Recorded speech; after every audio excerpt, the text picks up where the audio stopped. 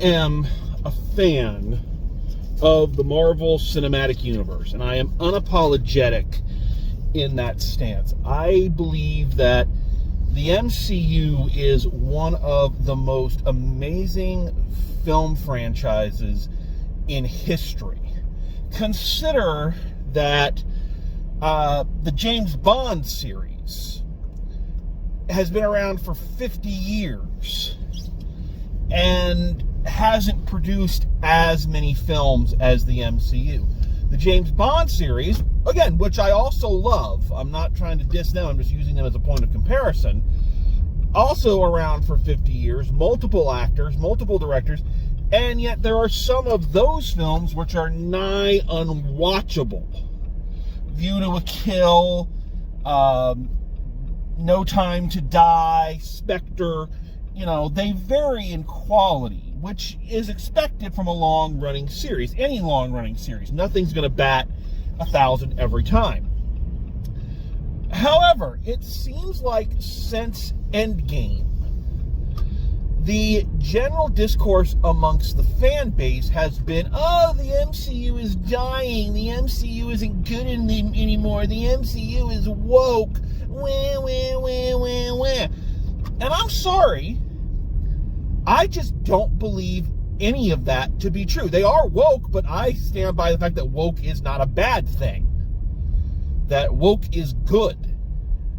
I mean, let's be honest, the only time you don't get woke is when you're dead. So yeah, I don't think woke is bad, but in all these other statements, I don't believe any of that is true. I think that they've been a bit unfocused as a franchise. You're not quite sure where this new narrative is heading. And yes, I think the films that have come out have been, for the most part, a little hit and miss. But generally, the lowest grade I'd give any of them is a B-. At their very worst, they're still entertaining and watchable. And I just don't agree with a lot of the criticism being heaped on them. The Eternals, yeah, it was a little different, but they were trying to elevate the genre and do something different with a comic book movie other than add violence and swear words.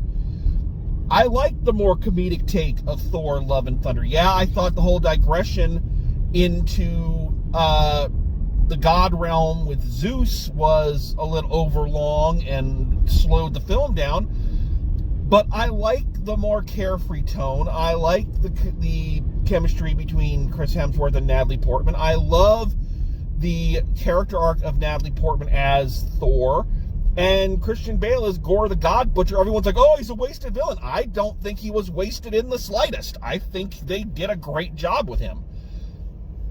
Ant-Man Quantumania, yeah, it's goofy and weird, but in that very endearing B-movie kind of way. Which again is kind of what the original Ant-Man comics were. They were, the debut of the character was in a comic called Tales to Astonish. A goofy sci-fi, almost pulp magazine title. So, yeah, I thought it was a little cartoony, but that was the point. And I understand not liking something. I get that. I'm not saying you have to like all of these, and they are kind of an acquired taste, but again, I don't think any one of them is bad. And I don't think the Marvel Cinematic Universe is in need of saving. I still think they're doing a hell of a job. And to emphasize that, we have this movie, which, despite everything I've said, I think this is one of the genuine home runs, one of the first genuine home runs the MCU has put out in a while. Again, not taking anything away from all these other films and shows and these experimental things that they've been doing. It's just this one feels more back to basics. And that's not bad. Basics is not a bad thing. This one goes less on the experimental, try something different, new genre, new take, and gets us back into that feeling of the latter Captain America movies, which felt like modern-day spy films, Jason Bourne movies almost. Similar tone, similar story structure, and the whole thing feels comfortable and lived in and enjoyable. But make no mistake, this is a new Captain America and a new status quo, and very much trying to exist in a post-Endgame, post-Eternals world. So coming into this, you've probably heard the story or can guess the story pretty much from the trailers and whatnot. So our new Captain America, Sam Wilson, played by Anthony Mackie, is doing his super soldier shtick. We have a new president, which is Thaddeus Thunderbolt Ross, who you may remember from being played by Richard Hunt in all previous Marvel films. However, sadly, he passed away a few years ago and has been recast as Harrison Ford. Awesome. You know, how could you not love that? Who is trying to negotiate a worldwide deal to mine the body of the celestial being that came out of the ocean at the end of Eternals. You know, the one that everybody was bitching about, no one's mentioned this. Well, here's a whole fucking movie about it. So, so stop bitching so much. Anyway, however, some dark, mysterious force is working in the shadows to bring Ross down and undermine the peace treaty, start World War III or whatever, and Sam and his new team of allies have to go and find out who it is. So, yeah, a lot of political, behind the scenes, spy stuff, wet ops, black ops, covert ops, a lot of ops. Before I get into it, let me just say that this review, because it's a discussion of the movie, I do less reviews than I do discussions about the films, is going to be pretty heavy on the spoilers. I think most of them have already been ruined. I think most people already know all the big secrets that are going on. I mean, the biggest one was spoiled in the theatrical trailer or the teaser trailer, or in the poster, so I don't think that's a huge deal, but some of the nuances are kind of secretive, so if you don't want to be ruined, know that this review has spoiler alert warnings on it. Spoiler alert. Spoiler alert. So, with that in mind, let's talk about this. So, as I've kind of already stated, this is a great movie. I had a great time in this, and I just feel like pretty much every decision that needed to be made was, in typical Marvel fashion, crafted very, very carefully with the thought process of what's going to make the most sense and be the most interesting. And they did that. So let's start with the man, the title character. Let's start with the guy who the entire film rests on his shoulders, and that is Anthony Mackie's Sam Wilson, our new Captain America. What a coming out party. What a great debut film for him. Now, he had Falcon and the Winter Soldier, which was a great show, but it wasn't really going to test its mettle until he could anchor the film franchise. If he could win over the audience on that end, then we can cement him as our current Captain America going forward. And I think he does that, and then some. Anthony Mackie has always been an outstanding film presence. He's got a lot of charisma, and he's just a very captivating, likable on-screen persona. And he really helped Sam Wilson jump off the screen since his debut in The Winter Soldier. And that's a hard thing to do. For the most part, I think a lot of people would agree with this. For a lot of his comic book life, Sam Wilson has always kind of been Captain America's sidekick. And while that was hard to get away from in the movies, he was able to step up and establish himself more as his partner or his counterpart than just the guy going, yes, Cap, okay, Cap, let's go, Cap. So he's always had that, and now that he is the lead, I like how one of the brilliant things about the Marvel Cinematic Universe is its ability to take the questions that are being asked about the film and make those the centerpiece of the film itself. Think about that. That has been a long-running theme in the Marvel movies. I mean, going all the way back to the Avengers. The Avengers movie, the first one is this all going to work? And that is what the theme of the movie is. Can these people work together? And that's just one example.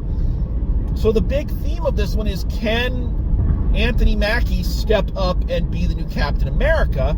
And that is the theme of the movie. Is Sam ready? He's not a super soldier. He doesn't have the serum and all of that, which they make a point of addressing several times.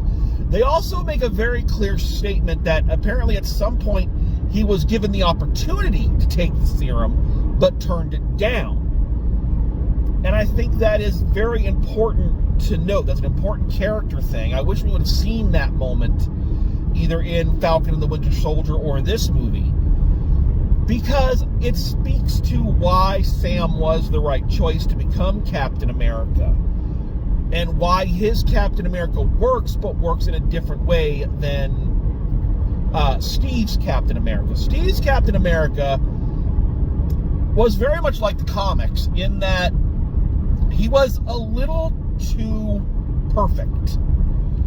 He was always morally right. He was always taking the right stance. He very rarely questioned himself or his actions or his choices.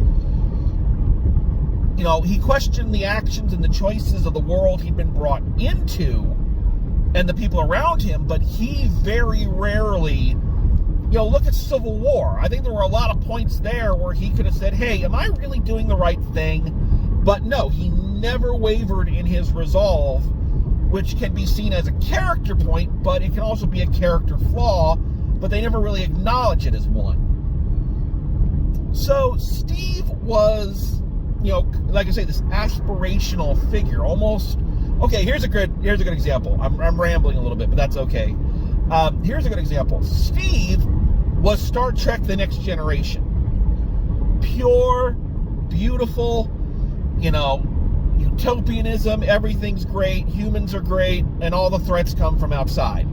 Sam is Star Trek Deep Space Nine, where there are more shades of gray, there's more questioning, all the characters are broken in some way, but are doing the very best they can to maintain optimism and keep their moral compass going in the right direction despite overwhelming odds. Sam, in other words, is a real person. And the fact that he doesn't take the serum and he is just relying on his brains and his skill, these are the things that, people love about Batman.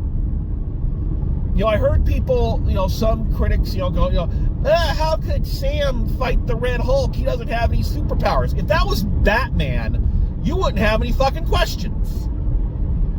You just go, oh, he's Batman. Well, Sam is the same way. He's a guy who's well-trained, who knows his shit, who's a smart guy, and is relying only on the skills that he was either born with or that he acquired.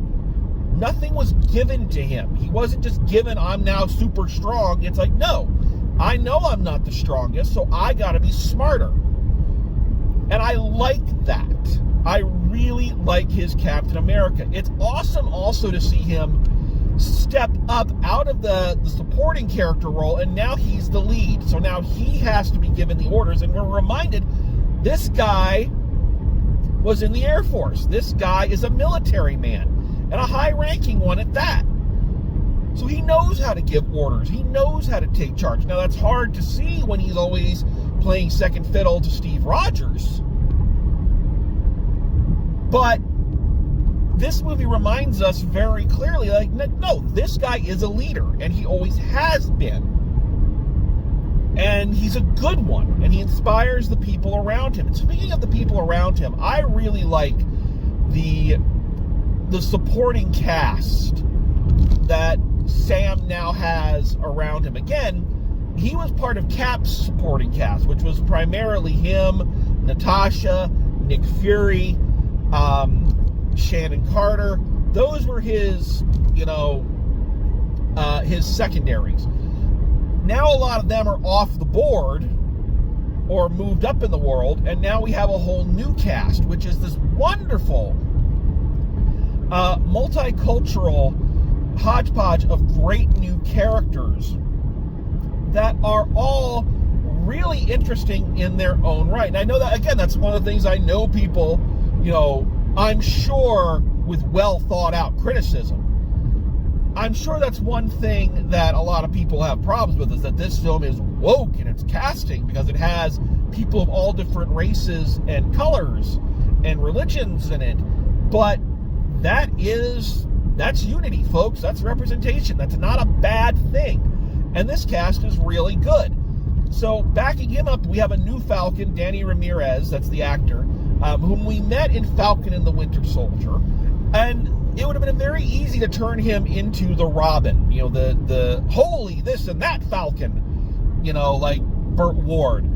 But they don't. They establish him very early on that, he looks up to Sam and he wants to be like Sam, but he's his own person. He has his own strengths. He brings things to the table.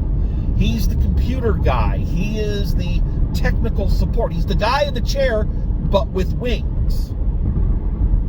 And I like his chemistry with Sam, which definitely feels like that mentor-mentee relationship, but not in a weird patronizing way. Sierra Haas, and I hope I'm pronouncing her name right, is also in this as a fairly minor and lesser-known comic book character, but she is comic accurate. An Israeli character, which is phenomenal. She's kind of the new Natasha for the film series. They make the point that she was trained in the Red Room and she's a former widow, but she's not Scarlett Johansson. She's not Florence Pugh. She brings her own flavor and character to it. And again, really like that. Really like the new dynamic of the big three of this film. We also have coming back from Falcon and the Winter Soldier, Carl Lumbly as Isaiah Bradley, the Black Captain America, the first Black Captain America that they introduced in the Winter Soldier. It was introduced in the amazing Truth, a Red, White, and Black, I think was what it was called, or Truth. I can't remember what the exact title of the comic series was that they did back in the early 2000s, but he's back, and man, he's awesome.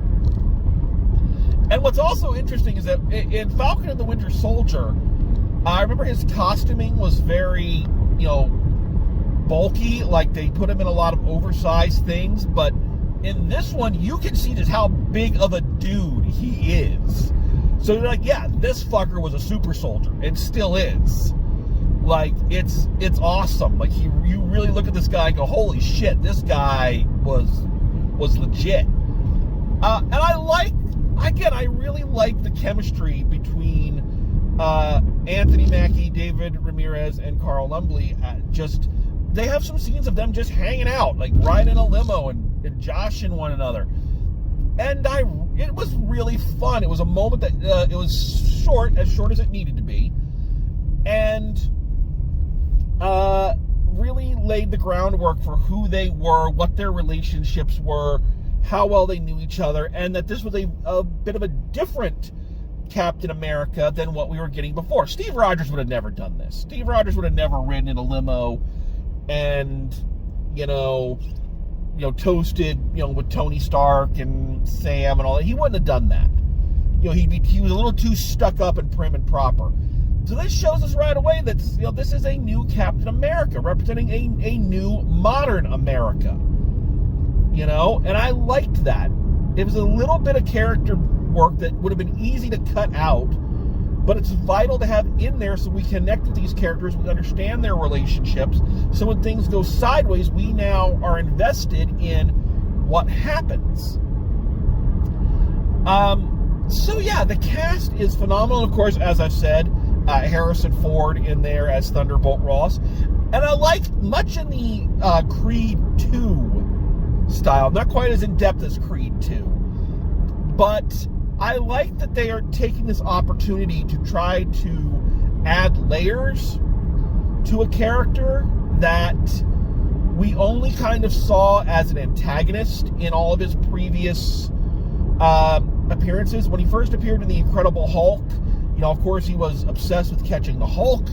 And then we met him again in Civil War, and he was the guy who made the Avengers break up, essentially. And then again, he's in Infinity War, and he's just kind of being a jerk for a few minutes. So we've only known this guy as an antagonist. So what I like is that they tried to give him a bit more in terms of layers. He's a guy who regrets his choices, a guy who let his temper get the best of him, sound familiar, and is desperately trying to be better. And I think that is the thing. He is trying to be better. But his past catches up with him, and the bad decisions and the incredibly wrong things that he did behind the scenes catch up with him in this movie. But I like that this is not just an antagonist. He's not that same guy. It's like, no, this is someone who is trying very hard to fix themselves and for their family. And it gives us layers so that when he does, again, I don't feel bad about spoiling this, when he does Red Hulk out, we care about him. We care about the guy underneath the rage. That a lot of it was brought on outside of his control, and some of it was brought on by his own undoing, And let's get into that. Let's just talk about that for a second. The Hulk sequences in this are fucking phenomenal. That the climax with the Hulk, with the Red Hulk just going fucking nuts. Awesome. Awesome, awesome, awesome. No notes. I can tell you without hyperbole that I was literally gripping the handrests in my theater chair during that sequence and just going, oh my God, so cool. And I did that with a lot of the action. I think that's important to bring up, is that the action in this is freaking awesome. Great. And I like how it evolves throughout the film. When we start off, the very first action sequence is very reminiscent of what we've seen Sam Wilson do before. It's very, Falcon style fighting. Then we have a neat action sequence with him fighting Sidewinder, which is more hand-to-hand stuff without his suit. So we get to see just how good of a fighter Sam is without all the gadgets. Then we have a huge set piece with with Anthony Mackie and Danny Ramirez flying around trying to stop World War III around the statue of the Celestial that's been frozen. And it's, oh my God, it's creative, it's cool, it ups the game, and then we get to this fight, which is just off the wall awesome. So what I like is not only are the action sequences really fucking good, but they are good in a progression and tell a story. They show an evolution of the character of Sam Wilson as he gets deeper and deeper into the film and really steps up and becomes the forever Captain America. So it's fantastic. I also got to say, one of the things that's interesting to me about this is this film goes deep into MCU lore, into forgotten areas of the MCU lore. So here's where some of these spoiler alerts come in. So I was one of the few people when it came out that liked The Incredible Hulk, which starred Edward Norton at the time. I really liked that movie. I think that was that's an unsung classic of the MCU. But it was largely kind of forgotten. and kind of downplayed in the intervening years. They've mentioned it a few times with the She-Hulk show. They brought it up again, bringing back Tim Roth as Blonsky, the Abomination, having that cute little line about, you know, how Banner says, I was a different person back then, you know. So they've kind of been going back to it. Well, this one, for our main antagonist, they really go deep and bring back Tim Blake Nelson, who we last saw, I think, 16 years ago in The Incredible Hulk as Mr. Blue, the scientist who was communicating with Banner and trying to help him find a cure, and who was mining the Hulk's blood. A little bit of it drips into his head, into his cut at the end of the film, and we see him kind of smile at the audience, and then we never hear from him again. Well, we have a good reason, because it turns out in this film that Thunderbolt Ross found him, smuggled him away, and forced him to basically be his private think tank. So this is a take on the Hulk villain, the Leader. And what I like about this villain, first of all, it's just great to see him back. I love the deep lore elements. I love that the trigger song he uses to brainwash people to do his bidding is Mr. Blue. You know, oh, Mr. Blue. Whoa, whoa. I'm sorry if I just triggered people to go kill. But again, a reference to the name he used online when he was communicating with Banner.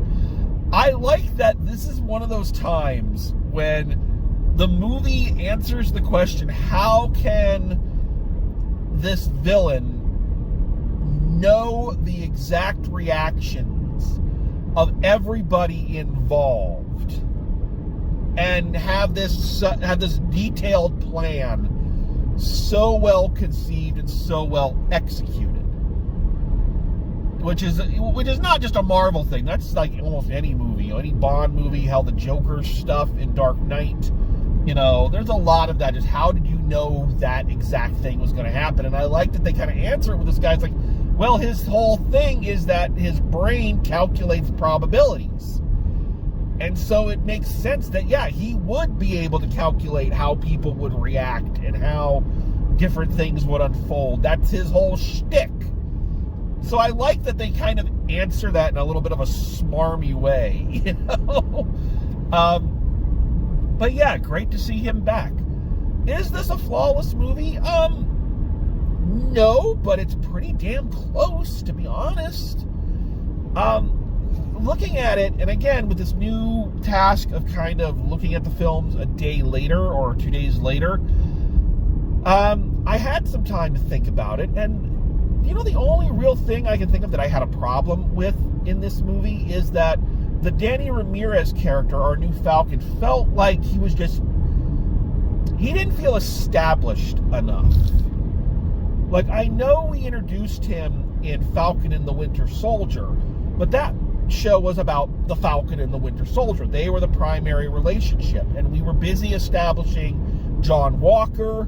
We were establishing Sharon Carter's ultimate fate, you know, and all of that. So, yeah, Danny Ramirez's character kind of had this kind of, and I'm here too, thing in that.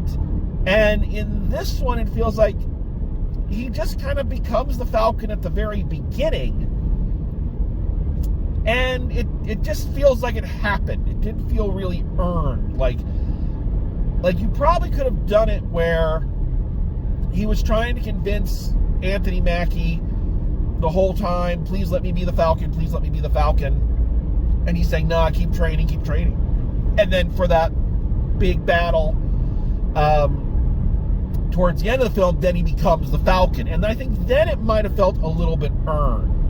And I don't think anything else would have been lost, you know?